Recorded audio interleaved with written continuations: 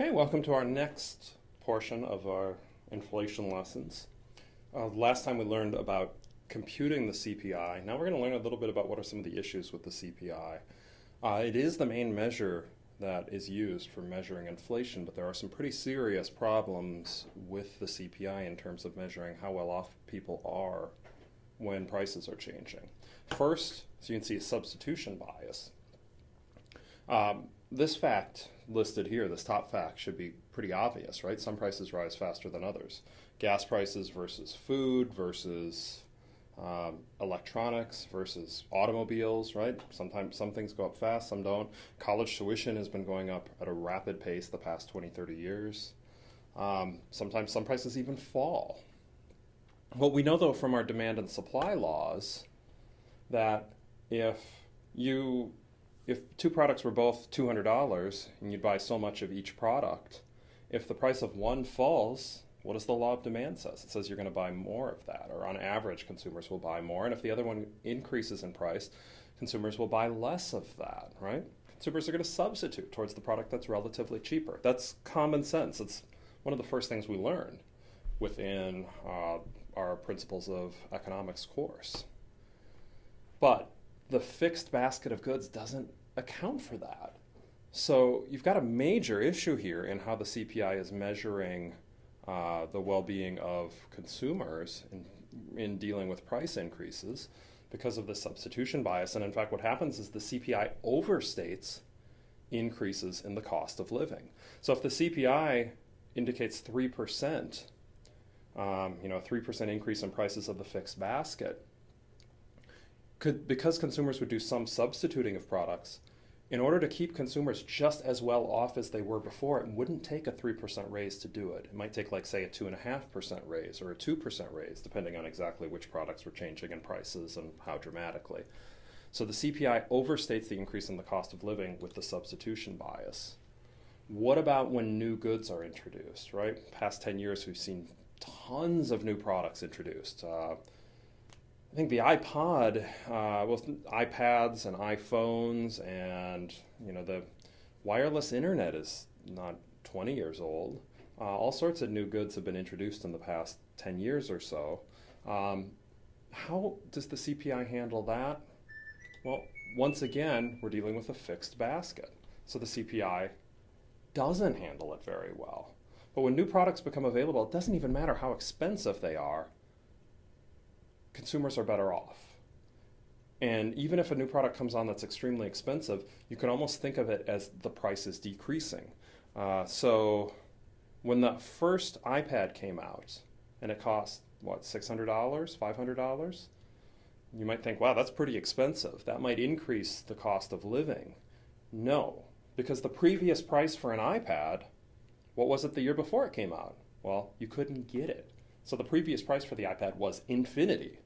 So when the price of the iPad drops from infinity to $600, how do you handle that? Well, the CPI, once again, has a fixed basket of goods. It doesn't handle it. It misses this effect where consumers become better off because of new products. Even if the products seem really expensive relative to most that you buy, CPI misses this effect, and it's a second way that the CPI overstates the increase in the cost of living. So the new introduction of new goods, substitution bias, both of those are problems. Quality change is also an issue. You often hear about healthcare has become much more expensive over the years. Well, kind of, but it's not the same product anymore. There's all sorts of new tests and procedures that make healthcare much better than it was 50 years ago. So yes, the price has gone up, but in ways it's a very different product. So the Bureau of Labor Statistics tries to capture this effect, but a car that costs $20,000 today and $20,000 25 years ago, there's no comparison of the features that are in today's car. There's far more features. Today's cars are of much higher quality. But once again, it's tough for government agencies to be able to monetarily assess what is the increase of quality when looking at this. It does try to account for it, but it's tough to measure. So the CPI, it's a third way that the CPI overstates the increase in the cost of living. So each of these problems causes the CPI to overstate the cost of living increases. Well, what does that really mean? Well, the consequences of this are enormously severe. The adjustments to this, the CPI is still probably overstated by about a half a percentage point each year, even though there are some technical adjustments that have attempted to have been made to fix this. But this overstatement is enormous. Firms often try to go by the CPI when looking at cost of living adjustments. So does the government. So Social Security payments are based on the CPI adjustments. Well, if you start to think about this, Social Security is not in the greatest shape. Why not? Well, for 50 years, when we've been making cost of living adjustments, seniors have really been getting more than the actual increase in the cost of living in terms of their adjustments. If you add up the total amount on these adjustments, the total amount we're paying now is far more than what was intended 50 years ago, based on cost of living changes. Now, you could argue that's perfectly fine, right? I mean, this is an argument on whether this is good or bad. That's a normative argument that we could have. But if you're looking for one reason why our Social Security system is in trouble, the fact that the CPI had a set inherent biases, and these biases weren't even known until 10 to 15 years ago, and even still they're overstated. It's a major reason why we are having issues with how much money is at our Social Security fund, and how easily will Social Security payments be able to continue in the next 20, 30 years. So we've talked about the idea of how wages typically don't fall because of inflation, because wages do typically adjust for that. The term for this is indexed. So if you have a contract where things are adjusted for inflation, the term for this is something would be indexed. The increase in the CPI automatically determines the cost of living in many contracts, especially when unions are involved, and adjustments in Social Security payments and federal income tax brackets now. The tax brackets is new. They didn't always used to be adjusted based on the CPI, but these things are adjusted based on the CPI. Real versus nominal interest rates. Nominal interest rate is simply an interest rate that you would hear at the store of, if you go to buy a truck, what is our interest rate? Or if you want to save money, how much money will you get back? That's the nominal interest rate. The real interest rate simply corrects for inflation.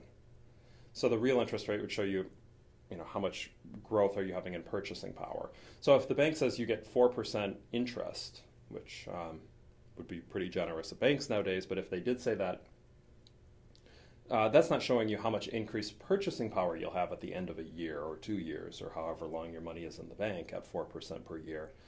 To find that, you take the interest rate and subtract the inflation rate. Shows you the purchasing power on your deposit, or how much purchasing power you're giving up if you're paying off a debt. So simply the nominal interest rate minus the inflation rate gives you the real interest rate. Simple example. If you deposit $1,000 for a year and you get a nominal interest rate of 9%, inflation rate is 3.5%. Using our simple formula, nominal minus inflation, you'd see that you'll have 5.5% more purchasing power. So if you had $1,000 in the beginning of in year 0, you could buy $1,000 worth of products, right? Makes sense. But at the end of year 1, if you saved that, you get 9% interest, but the prices have gone up by 3.5%. You now have pretty much basically the equivalent of $1,055 worth of purchasing power at the end of year 1. So taking the nominal interest rate, subtracting the inflation rate will tell you how much your purchasing power has changed from year to year. Now these real and nominal interest rates all over the board. Here's that period, the nominal interest rates where the very high inflation rates were happening. Real interest rates vary, but certainly are much closer to 0 overall than the nominal interest rates. So one of the final things I wanted to show is, we talked about there's this fixed basket of goods and services. This is our typical basket, and how much the government assumes a typical consumer would buy of each of these various products. So they assume the typical consumer spends 42% of their income on housing, 17% on transportation, 15% on food and beverages. We look through education, medical care, recreation, apparel, other goods and services. Sums together to 100%, but this is the basket. So when the prices change, this is the basket of goods that the Bureau of Labor Statistics uses to estimate the CPI levels and the rates of inflation based on the CPI. Okay, what I would like you to do, and this is kind of outside, this isn't one of those, let's pause for a minute and do, this is, this is concluding our inflation lecture. But I'd like you to go to the Bureau of Labor Statistics website, and I'd like you to find the value of the CPI index for the most recent month that they have available. They have month-to-month data, so go find the value for the most recent month they have available. Also go find the data for the 12 months ago, so a year ago from now, from the most recent month available, and determine the inflation rate for the past 12 months. So you should have two CPI levels that you'll obtain. From those, you should be able to find the inflation rate. I'd like you to do that. It's a good exercise for you to get familiar with how to use the government data and use that to calculate inflation rates. So with that, we conclude our series on inflation.